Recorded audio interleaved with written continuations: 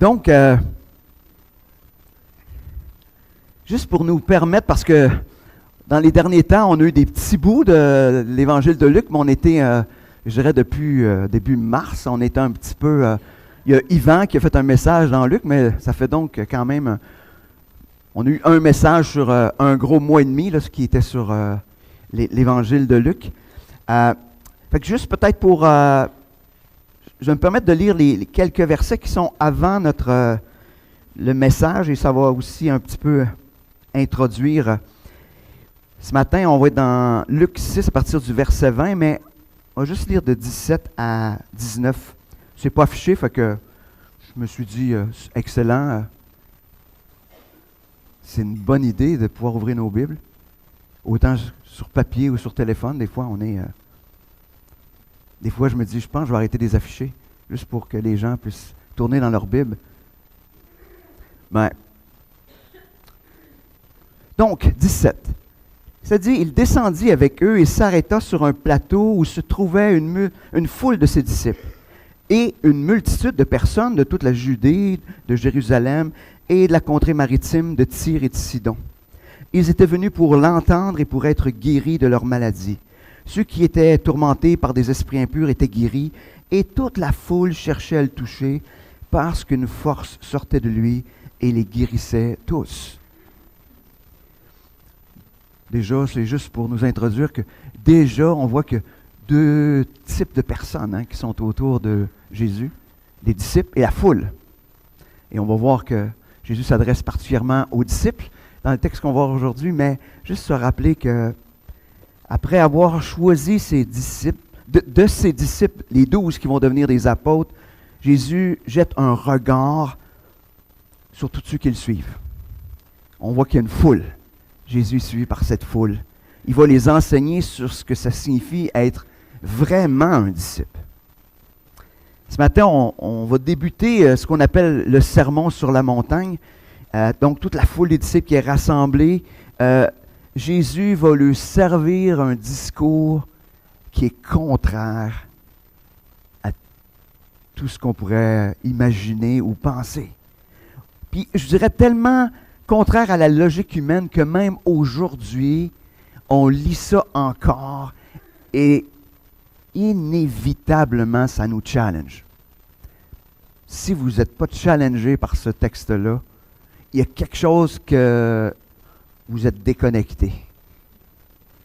Ça se peut que ça vous challenge positivement, mais ça va vous mettre au défi. Fait qu'imaginez Jésus qui sert ce discours à cette foule-là. Puis eux autres, nous, on a l'avantage de connaître plus le contenu des Écritures, mais eux autres, c'était les premiers discours, c'est comme les premières fois qu'on avait ce genre de discours. Dans les faits, on va voir dans le texte, l'image que Jésus nous donne, c'est comme s'il dit, vous arrivez à une croisée de chemin. Vous avez pris la direction de dire, voici un disciple, vous avez pris la route des disciples, et là vous arrivez à une croisée de chemin, puis vous avez un choix à faire. Puis ce choix à faire-là va être un choix à faire, pas juste une fois, il va être un choix à faire probablement pour le reste de nos propres vies, comme disciples.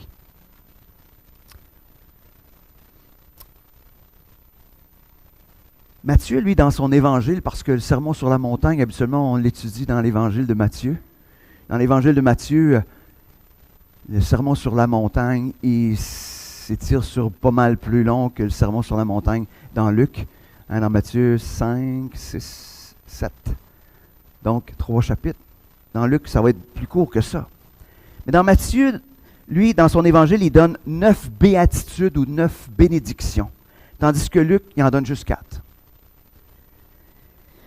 Puis, contrairement à Matthieu, lui, il va donner comme 2 types. Il va donner le pauvre et l'opprimé, on va dire d'un côté, puis le riche et le populaire de l'autre. Ce que Matthieu ne fait pas. Et on sait que lui ce que Luc va présenter comme le pauvre et l'opprimé, c'est celui qui s'attend à Dieu pour répondre à ses besoins. Puis quand on lit, d'une certaine manière, l'autre doit s'attendre au jugement de Dieu. C'est ce que le texte va nous dire. Mais cette comparaison-là nous invite ce matin à choisir quel genre de disciple vous voulez être. Ce matin, je vous dirais, toute la semaine, j'ai été tiraillé avec ce texte-là, parce que j'ai envoyé en joke à certaines personnes ce matin, mais je disais, ouais, je ne veux pas être légaliste. Ça serait facile d'être, c'est ça, c'est le même. Mais plus quand je l'étudiais, plus que je voyais que c'est pas du tout ça, l'intention de Jésus dans son message.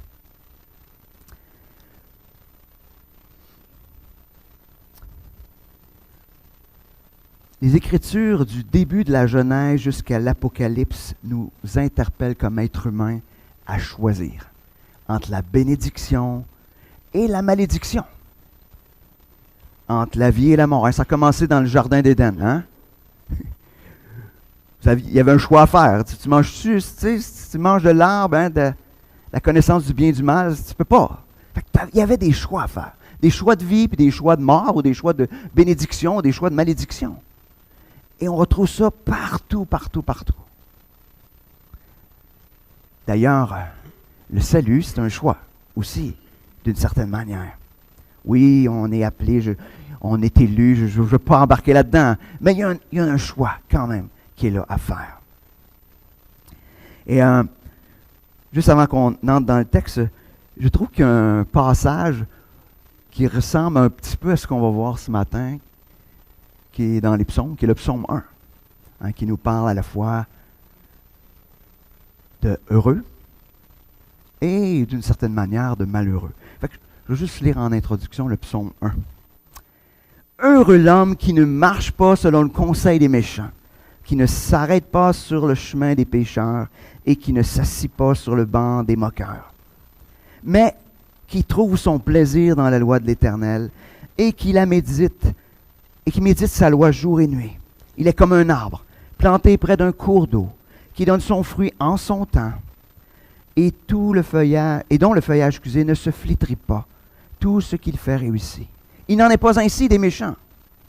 Ils sont comme la paille que le vent dissipe. C'est pourquoi les méchants ne résistent pas au jour du jugement, ni les pécheurs dans la communauté des justes.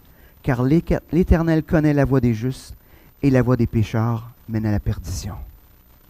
Ici, comme le psalmiste met le contraste en la voie du juste et celle du pécheur, Jésus met en contraste la voie, je pourrais dire, pas la voie comme ça, là, mais le chemin du vrai disciple, de celui qui se prétend être disciple, donc du faux disciple. Donc, on va se tourner vers Dieu quand on va entrer dans le texte par la suite. Seigneur, ce matin, viens parler à nos cœurs. Seigneur, on reconnaît ce matin que tu es ce Dieu de grâce, ce Dieu de compassion, ce Dieu qui nous aime d'un amour éternel. Mais Seigneur, des fois nos cœurs oublient, ou nos cœurs ne comprennent pas l'ampleur ou la grandeur de ce salut si merveilleux. Seigneur, on ne veut pas être ce matin des disciples du bout des lèvres. Seigneur, on veut des disciples transformés par ton évangile. Des disciples qui ont compris la grandeur de ton amour. Seigneur, viens parler à nos cœurs ce matin. Et Seigneur, viens nous transformer à ton image. Amen.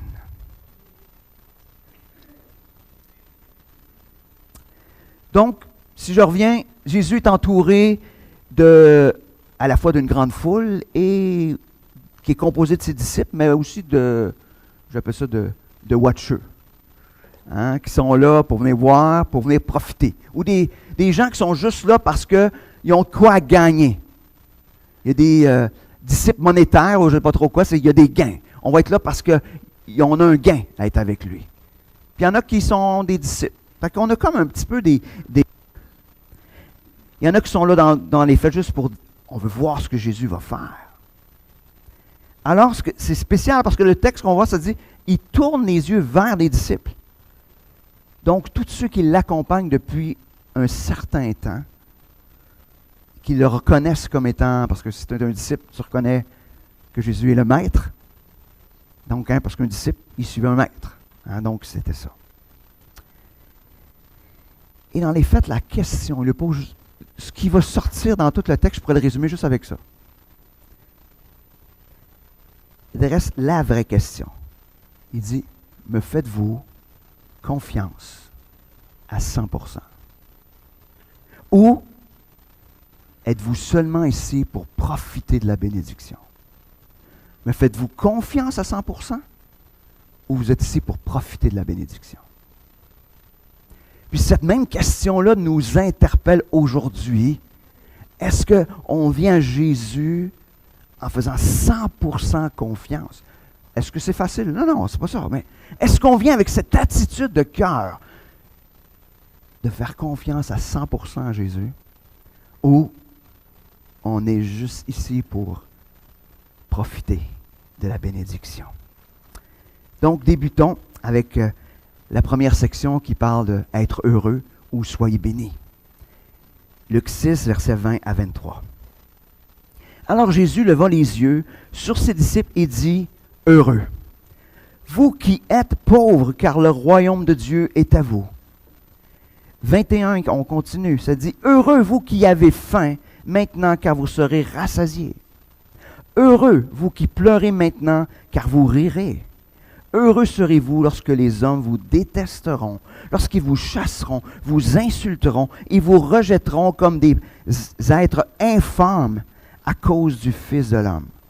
Réjouissez-vous ce jour-là et sautez de joie, parce que votre récompense sera grande dans le ciel. En effet, c'est de la même manière que leurs ancêtres traitaient les prophètes. » Il commence comme, le premier élément, c'est « Heureux les pauvres ». Matthieu disait « Heureux les pauvres en esprit ». Puis on dit « OK, il y a une petite distinction ». On voit vraiment que Luc, lui, a mis l'emphase plus sur... il parle vraiment d'argent, là. Dans Matthieu, il met un emphase d'une manière plus large, mais le sens reste le même. Dans les il dit « Heureux ceux qui choisissent volontairement la pauvreté. Ceux qui abandonnent tout pour découvrir Jésus puis le faire connaître aux autres. Heureux le disciple qui n'est pas en train de présenter Jésus comme celui qui va t'emmener la prospérité financière, mais un Jésus sur qui on peut compter aujourd'hui, maintenant, dans tous les aspects de sa vie. Aujourd'hui, là, l'aspect financier, c'est connecté dans le cœur. On va parler de n'importe quoi, puis ça coûte comment? Hein, ça coûte comment? Ça coûte comment? Ça coûte comment? Ça coûte comment? On voit que le cœur est connecté là. Mais quand on est là, des fois, je ne dis pas que c'est correct, que c'est pas correct de se poser cette question-là. Mais ce que je veux dire, c'est que souvent, on est là en train de se dire, qu'est-ce que je vais perdre? Qu'est-ce que je vais perdre? Au lieu de dire, ah, OK, Seigneur, je te fais confiance. Je te fais confiance de ce qui va arriver. Je te fais confiance de ce qui s'en vient. Je te fais confiance. Parce que c'est souvent l'endroit où je dirais, il y a une cassure. Si on n'est pas capable de faire confiance dans un aspect matériel à Jésus, imaginez pour tout le reste. Imaginez pour tout le reste. Il y a une cassure qui se produit là. Si je ne suis pas capable de faire confiance que Dieu va pourvoir à tous mes besoins matériellement, imaginez pour des choses qui sont plus importantes, plus sérieuses.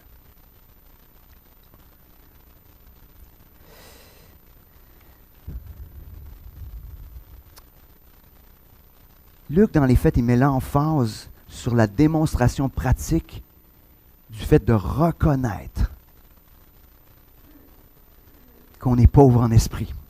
Pauvre en esprit, c'est-à-dire, j'ai besoin, quand Matthieu dit ça, lui dit, j'ai besoin de Dieu, j'ai besoin de Dieu. J'ai besoin de m'appuyer sur lui. Mais Luc, il met l'emphase sur cet aspect plus pratique de est-ce que je fais assez confiance pour renoncer volontairement à ma richesse, à ce qui est important pour l'avancement du royaume, pour laisser Dieu agir? Quand on lit ça, je pense à plein de disciples qu'on a vus à une époque peut-être plus médiévale, mais tu sais, on connaît tous François d'Assise. Certains n'aiment pas qu'on en parle parce qu'on dit « Ah, c'est associé au catholicisme », mais François d'Assise, il était à l'époque, il n'y en avait pas de catholicisme, puis il n'y avait pas de protestantisme, il y avait juste des disciples de Jésus. C'est François d'Assise qui renonce à toute sa richesse pour s'en aller vivre à l'écart dans la pauvreté. Toutes les pères du désert ont fait la même chose, hein, qui ont toutes renoncé pour aller vivre. Ils ont parti des ordres monastiques même, ils sont allés vivre à l'écart. Ils ont renoncé pour beaucoup à...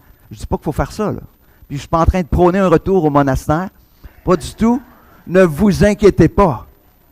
Mais c'est juste pour dire que ces personnes-là avaient compris quelque chose. C'est-à-dire, moi, je renonce à toute cette richesse-là et je décide de faire 100% confiance à Dieu. Peut-on faire 100% confiance à Dieu sans renoncer à tout? Probablement que oui. Et c'est ce qu'on est appelé à faire. Puis je pense dans l'Église aujourd'hui, on est appelé à faire ça. Est-ce qu'on fait 100% confiance à Dieu? En effet, ce qu'il nous dit, c'est que celui qui renonce à tout pour Dieu aura de plus grandes richesses dans sa présence. Est-ce qu'on croit ça? Est-ce qu'on croit ça? Est-ce qu'on croit que d'être dans la présence de Dieu, d'avoir cette intimité avec lui, de recevoir tout de sa part, c'est une plus grande richesse que tout ce qu'on pourrait avoir ou faire, ou peu importe. Est-ce qu'on croit ça? Et ça va venir changer toute chose. Mais quand on s'arrête juste là, on commence, là, j'en ai juste un. Là. Imaginez la hauteur du standard. Puis ce matin, je ne veux pas qu'on parte d'ici découragé. Mais je veux juste qu'on parte d'ici interpellé par la parole de Dieu qui veut nous transformer. Vous n'êtes pas rendus là? Probablement, si je demande au monde, honnêtement, de lever la main s'ils sont rendus là, ou pas rendus là, tout le monde va lever la main et dire, on n'est pas rendus là. Fait qu'on est tous à la même place ce matin. Mais est-ce qu'on peut juste se laisser interpeller et dire, OK, Seigneur, moi, peut-être dans ma vie, je te fais confiance à 50%, à 60%, à 20%. Seigneur, je vais te faire confiance à 100% pour toute chose. Il continue dans la même suite avec le deuxième en disant, heureux ceux qui sont affamés, ceux qui ont faim. Là encore une fois, heureux ceux qui sont prêts à renoncer au confort. C'est rare hein, qu'on a faim. Hein? J'ai expérimenté ça une fois dans ma vie, avoir faim. Une fois. Peut-être que vous autres, ça vous arrive plus souvent. Là, moi, je suis trop dans l'abondance, probablement, mais ça m'est arrivé une fois. Hey, boys, quand ton ventre commence à dire, hey, là, ça va faire, là. Fais quelque chose. Oui, on l'expérimente pour ceux qui décident de jeûner. Mais tu sais, être affamé sans l'avoir choisi, là. Mais il dit, dans le fond, il a dit, heureux ceux qui sont prêts à se priver pour que le plus grand nombre vienne à Christ. Est-ce qu'on est prêt à se priver?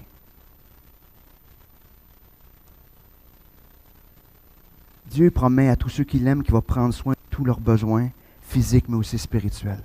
Encore une fois, Jésus met la dépendance envers Dieu au centre de la bénédiction. Si tu dépends de moi, si tu me fais 100% confiance, tu vas être heureux. Es-tu prêt à ça? On est dans un autre discours hein, pour être heureux. Quand on va voir les malheurs vous allez voir à quoi ça peut ressembler. Mais on est ailleurs, on est vraiment ailleurs.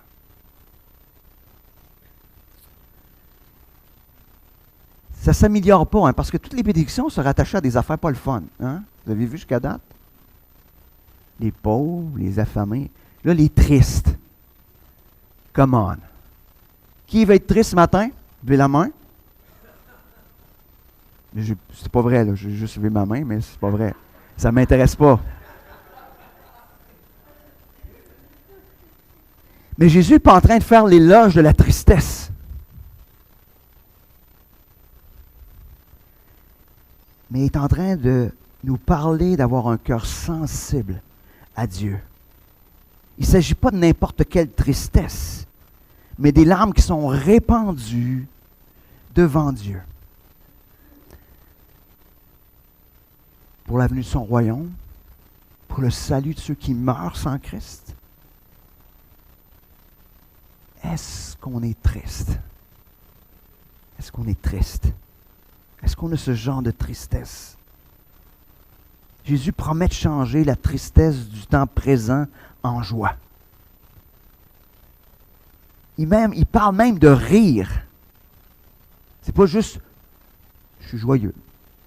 Non, ça s'exprime par des rires, imaginez. Une joie qui va être tellement grande qu'il va être entendue par tous ceux qui sont autour. C'est ça, hein, le rire. Le rire, c'est comme... Il y en a qui disent « Ah, Sylvain, on sait quand tu es là, on entend ton rire. » Puis là, la joke maintenant, mon fils Étienne, il a le même rire que moi. Fait que, ah! On sait que c'est ton gars. Fait que, tu sais, c'est comme, tu sais, mais c'est pas un rire parce qu'on est des rieurs. Un rire parce que Jésus a changé, Dieu a changé cette tristesse en une joie. Une joie qui est incroyable, qui dépasse tout ce qu'on peut imaginer. Notre problème, des fois, c'est que la tristesse, on la fuit. On ne veut pas être triste. Qui veut être triste? Personne, je l'ai dit. Alors, si on ne veut pas, ben on la fuit. On la fuit. Puis on se prive probablement de grandes joies. Mais je reviens, ce n'est pas n'importe quelle tristesse. Le quatrième, c'est un peu plus challengeant d'un côté. Heureux les détestés. Hein, c'est un petit peu ça. Heureux, dans le fond, tous ceux qu'on haït. Pas à cause des niaiseries qu'ils ont faites. Pas parce qu'ils sont pas le fun à fréquenter. Ça arrive des fois, il y en a qui sont... Non. Heureux ceux qui vont être haïs, rejetés, méprisés à cause de leur loyauté à Christ. Heureux ceux qui vont avoir mis 100% leur confiance en Dieu au point d'être haïs, rejetés. Ils vont être considérés comme méprisables, sans valeur, imbéciles. C'est ce que ça veut dire en termes de « à cause de Christ ». Je pense que ça ne nous tente pas ça non plus. Je ne sais pas. Là.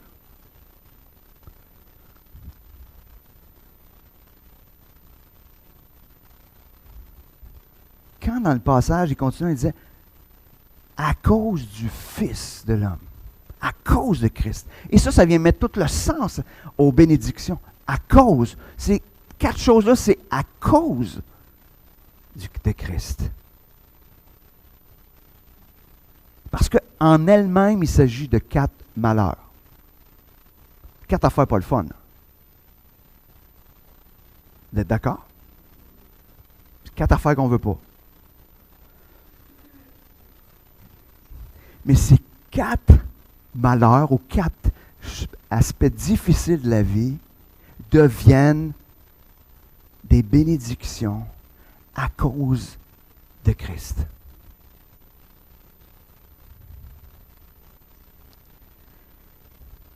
Puis ce que je trouve intéressant, c'est, puis je veux mettre l'emphase peut-être là-dessus, c'est pas un renoncement à des choses par obligation. C'est à cause de Christ. À cause de ce que Christ a fait. À cause de l'amour de Christ envers nous. À cause de la grande compassion dont on est bénéficiaire. À cause de Christ.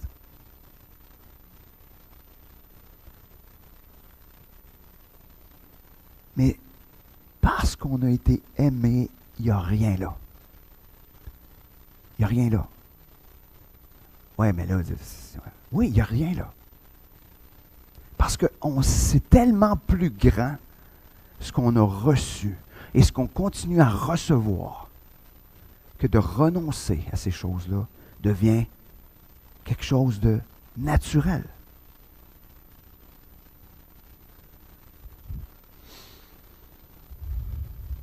D'être rejeté à cause de notre foi, c'est la plus grande source de joie et de bénédiction. Si on accepte de mettre nos yeux sur ce qui est à venir.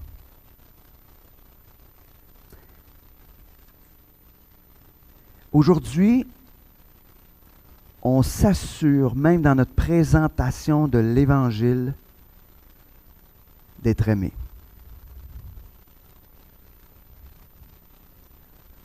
Souvent, la première question quand on veut parler de l'Évangile ou qu'on dit « Hey, on va aller parler de l'Évangile », c'est comment on va le faire pour que ça passe bien?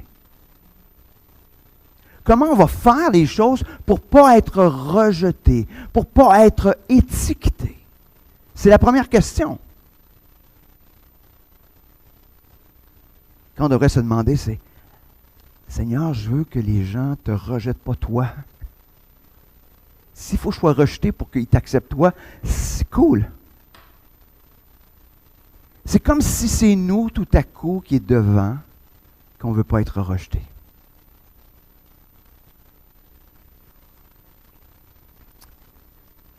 Donc, si on accepte de faire confiance à Dieu en toutes choses, on peut se réjouir maintenant.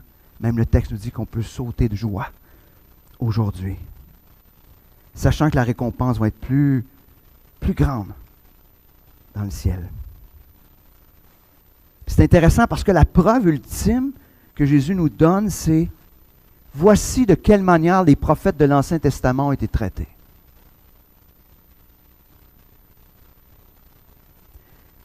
Il y a un prix à suivre Dieu. Il y a un prix à suivre Christ.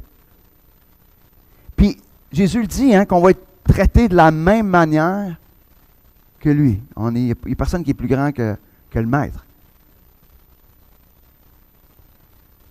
Mais est-ce qu'on fait tout pour ne pas être traité comme Jésus? On fait tout.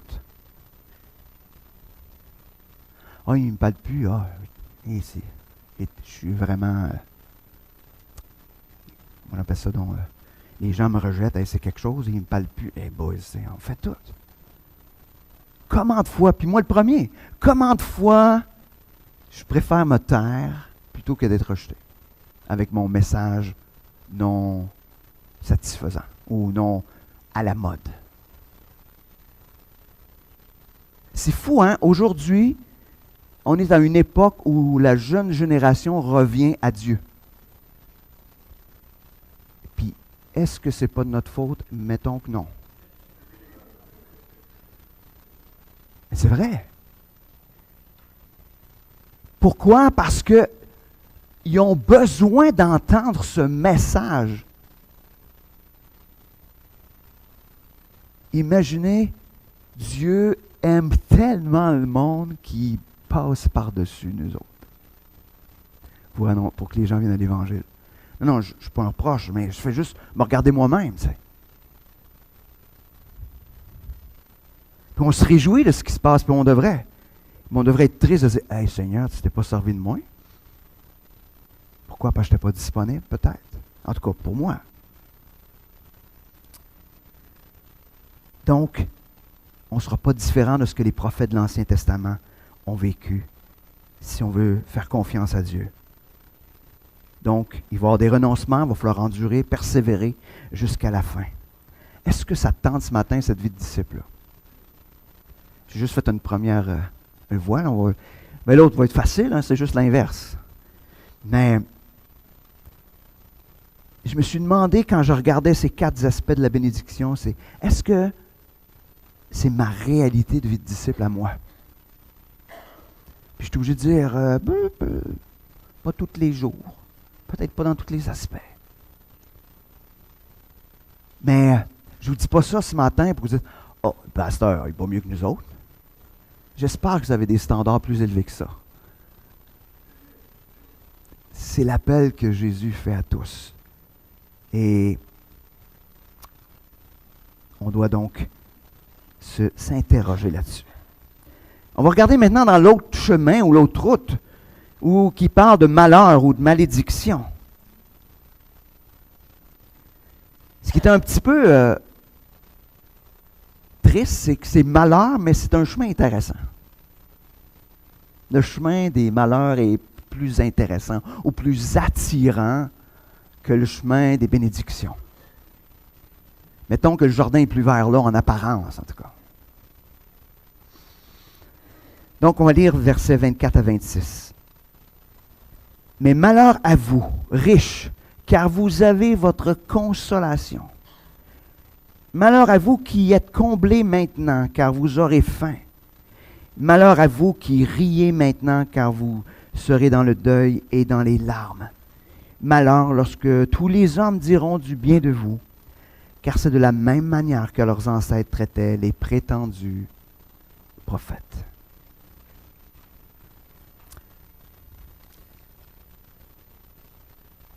Donc Jésus, dans son discours, il continue de bouleverser la pensée normale de l'homme.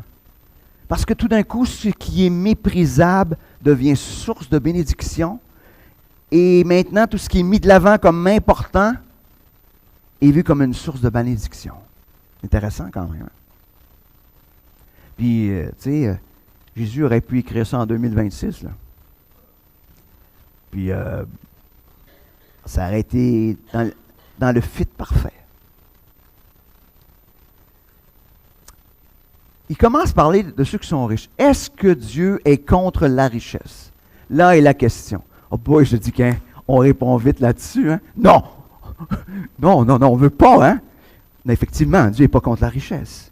C'est d'ailleurs pas ce que le texte dit. Mais il met de l'avant ce désir de posséder, d'amasser.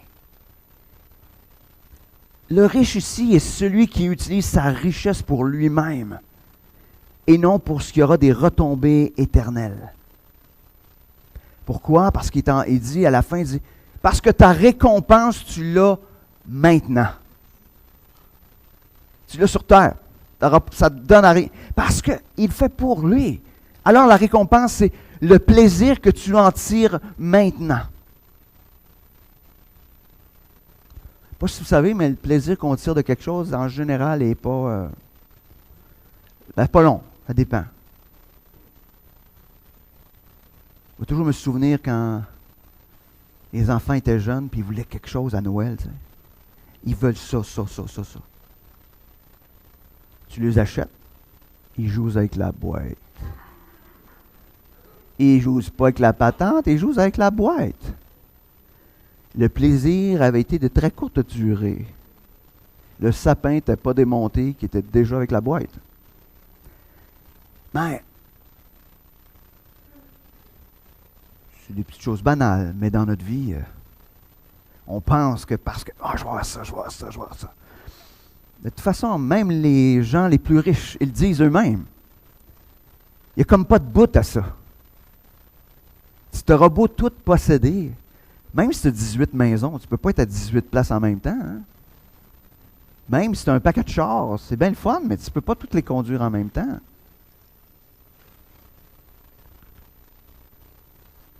Il est en train de dire, malheur aux riches, parce que aux riches qui gardent tout pour eux-mêmes, pour leur propre intérêt, pour leur propre plaisir, leur propre joie. Malheur.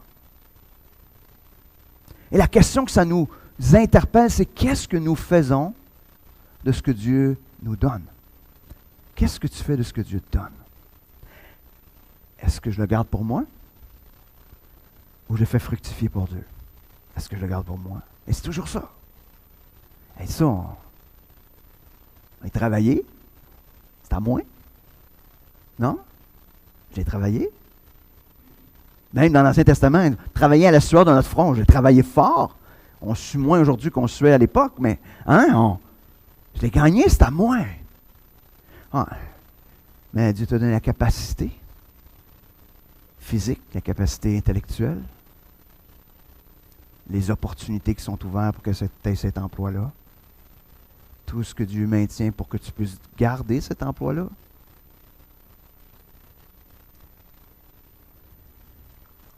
Parce que, on le sait tous, hein? En un instant, tout peut disparaître. Ta santé n'est pas là, puis capable de faire le job.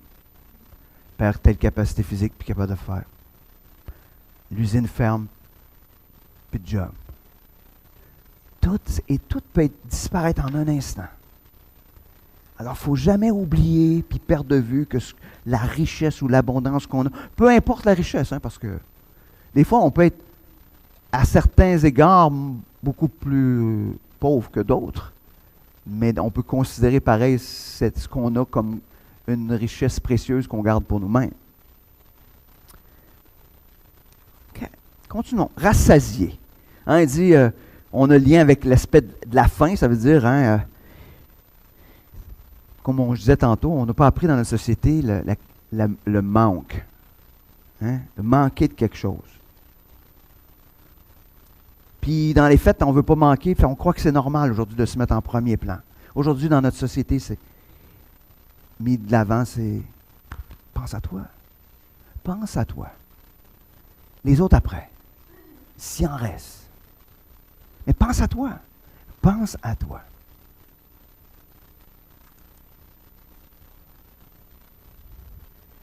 On est venu à croire que c'est un dû. Que c'est à nous. Ah, regarde ça, moi. Je pense à moi. Puis je pourrais partager mes restes. Hein? On dit ça? Oui. Tu sais, quand il y avait quand Dieu enseignait sur donner les offrandes, tu sais, il disait vous donnez les prémices. Donc là, en donnant le prémisse, c'était de dire aux gens, vous acceptez que ton prémisse, ça se peut qu'il n'y ait rien après, parce que si tu donnes comme ta première récolte. Fait que si tu donnes ta première récolte, tu ne sais pas s'il y a une suivante ou après, parce que tu n'es pas maître de ce qui va arriver dans la nature. Tu sais, il va y avoir de la pluie, il va y avoir de la sécheresse, tu ne le sais pas. Donc, en faisant ça, c'est-à-dire, je donne le meilleur, puis je laisse Dieu prendre soin du reste, puis je lui fais confiance. On fait quoi avec notre paye quand on la reçoit? Je ne sais pas. Hein. Excusez. Une petite vite. Une petite vite. Ah, non, mais on fait quoi? Non, mais on fait quoi? On fait quoi?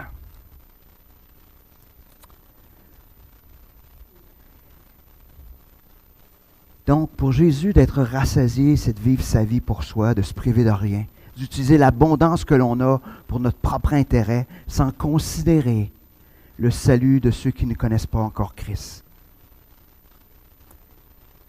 Le malheur que ça va produire, ça va être d'avoir faim. Vous allez avoir faim. C'est ce que ça dit. Une faim qu'on ne peut combler. Parce que quand on est là et on est juste centré sur rassasier nos affaires, inévitablement, il y a un moment donné, il y a une espèce de vide, là, tu sais. Puis là, t'es comme... Puis cette faim-là, il y a juste Dieu qui peut combler ça. Il y a juste Dieu. Il n'y a rien d'autre. Puis à un moment donné, tu vas arriver au bout du bout. Puis quand tu arrives au bout du bout, tu as une faim et tu es juste malheureux. Tu es juste malheureux. Parce que tu as faim, mais tu ne sais pas comment.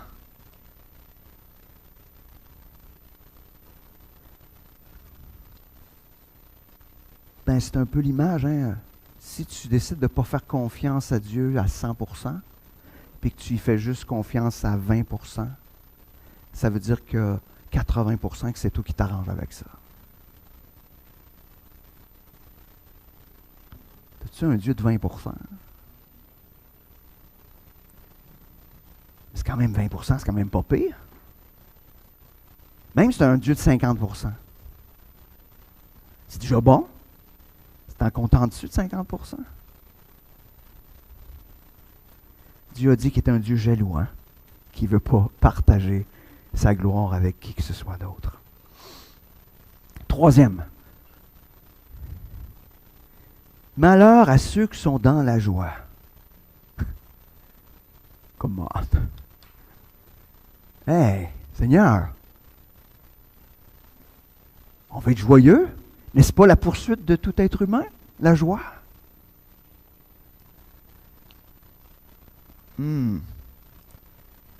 Jésus s'adresse à ceux qui vivent dans le plaisir continuel, le divertissement.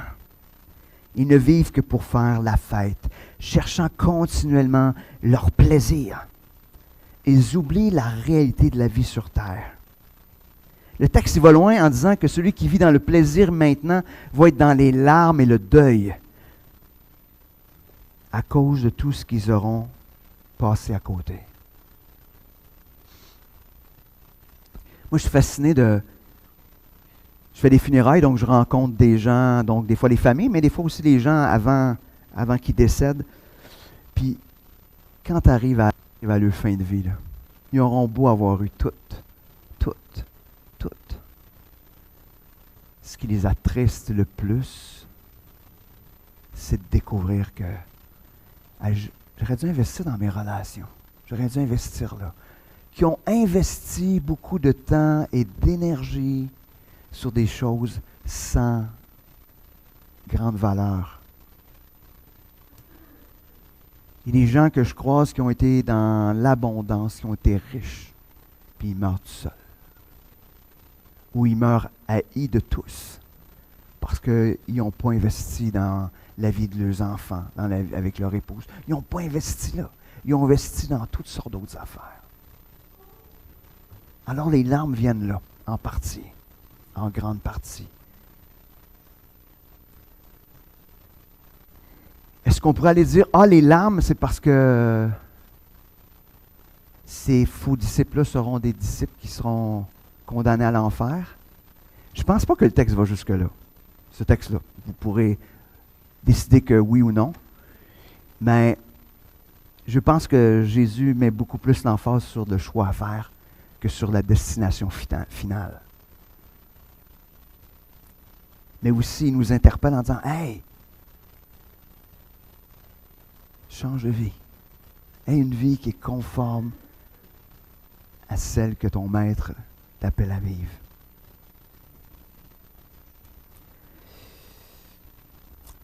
Où on cherche notre joie aujourd'hui? Assurons-nous que notre joie d'aujourd'hui ne produise pas notre tristesse de demain. Et quatrième, malheur à ceux qui sont, moi j'ai mis louangés ou loués pour ce qu'ils sont. Le dernier malheur nous met au défi. Qui veut être apprécié de tous ceux qui l'entourent? Non, mais c'est vrai. On veut être apprécié. On veut être reconnu. On veut être estimé par le plus grand nombre. C'est souvent ce qui va nous animer le plus. Il y en a qui vont passer leur vie. Ça va devenir une quête, même parmi les enfants de Dieu. Mais quand on cherche ça, on oublie que le disciple va être persécuté comme son maître. On oublie ça. Parce que quand mon désir, c'est la reconnaissance, puis le regard des autres, quand c'est ça ma motivation, je ne peux vivre d'une manière conforme à l'Évangile. Parce que ça fait des concessions. Tu vas faire des concessions.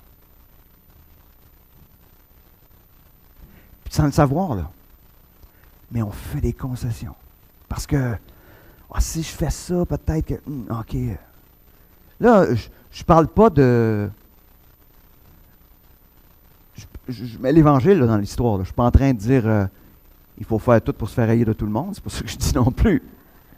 C'est pas ça que je suis en train de dire. Mais je suis juste en train de dire, c'est comme... Si je veux être aimé de tout le monde, il y a des moments où je suis obligé de faire des concessions. Je suis obligé. Je suis obligé de taire la vérité.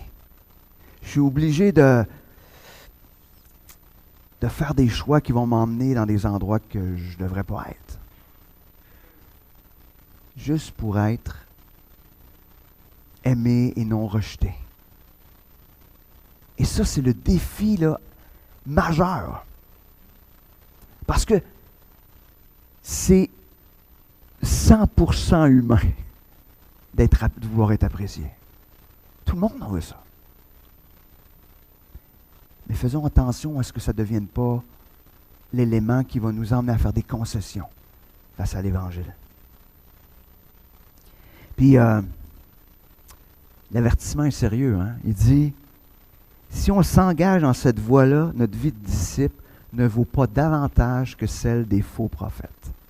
Il dit les prétendus prophètes, mais on sait ce que ça veut dire, c'est des faux prophètes. Pourquoi? Parce que qu'est-ce que faisaient les faux prophètes? Les beaux peut-être aussi, mais les faux prophètes, qu'est-ce qu'ils faisaient? Ils disaient des paroles qui font du bien. C'est ça. C'est ce que, quand on regarde les reproches aux faux prophètes dans l'Ancien Testament, c'est qu'ils sont en train de dire des belles paroles. Des paroles qui, tu veux que je te dise, ben oui, roi, tu vas gagner la guerre. Oui, il va t'arriver juste des bonnes affaires. C'est ça, c'était ça un faux prophète. Il dit, c'est parce que tu vas tomber dans le même piège que les faux prophètes. Tu vas poser des gestes ou dire des paroles juste pour dire, hey, c'est cool, on est chummy, c'est bon, c'est quand on est égal, ça va. On va poser le même genre de gestes. Donc ce matin, ce passage ne remet pas en question le salut. Là. C'est pas ça qu'il fait. Mais peut-être que certains, ça va mettre en question ça. Mais l'objectif premier du texte, c'est pas ça. Mais il remet sérieusement en question nos choix comme disciples. Suivre la foule ou suivre Jésus? Suivre la foule ou suivre Jésus? Si ce matin, là, Jésus faisait ce même discours, mettons là, que Jésus arrive puis il vous récite ce même discours, ce serait quoi ta réaction? Quelle serait la question que tu te poserais? Ou quelle interrogation montrerait en toi? Si Jésus, ce matin, et je dis si, mais on pourrait dire Jésus nous fait le même discours ce matin. Je suis juste pas Jésus. Je suis juste le porte-parole de ce texte-là. Mais si ce matin, on s'arrête et on fait juste dire, OK, Jésus, tu es en train de me dire ça, moi, ce matin. Qu'est-ce que ça produit?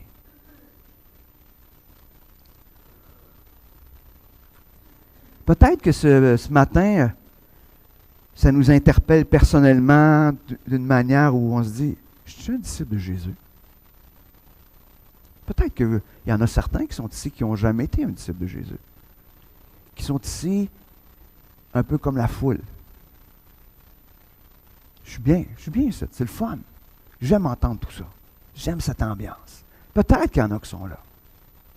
Mais pour ceux-là qui sont là ce matin, ce matin, je vous exhorte, je vous encourage, je vous supplie de choisir de suivre Jésus.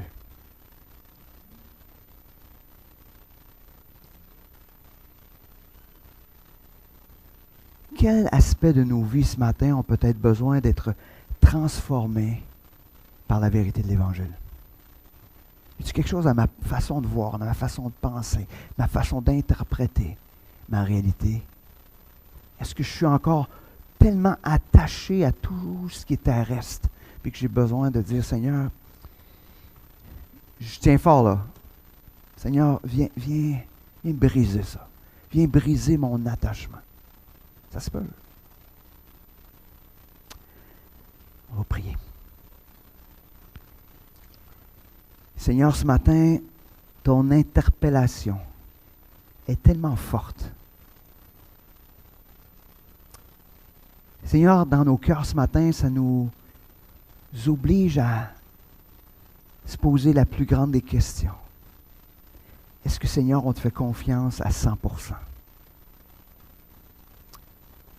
Seigneur, je voudrais que ma réponse soit oui ce matin. Mais, Seigneur, je peux difficilement répondre oui. Seigneur, ce que je te demande pour mes frères, mes sœurs ce matin, pour moi-même, c'est, Seigneur, qu'on puisse choisir d'être des disciples à 100%, qui te font confiance en toutes choses. Peu importe le prix à payer. Seigneur, tu as besoin d'accomplir ce miracle-là dans nos vies parce que par nos efforts, par nos propres forces, c'est tellement impossible. Ah oui, Seigneur, fais de nous des disciples qui sont prêts à te faire confiance dans les moments les plus difficiles des fois de la vie. Et Seigneur, fais de chacun d'entre nous des disciples qui vont avoir à cœur les autres disciples autour pour les entourer, pour les emmener à grandir en toi. Merci Seigneur pour ta parole ce matin. Amen.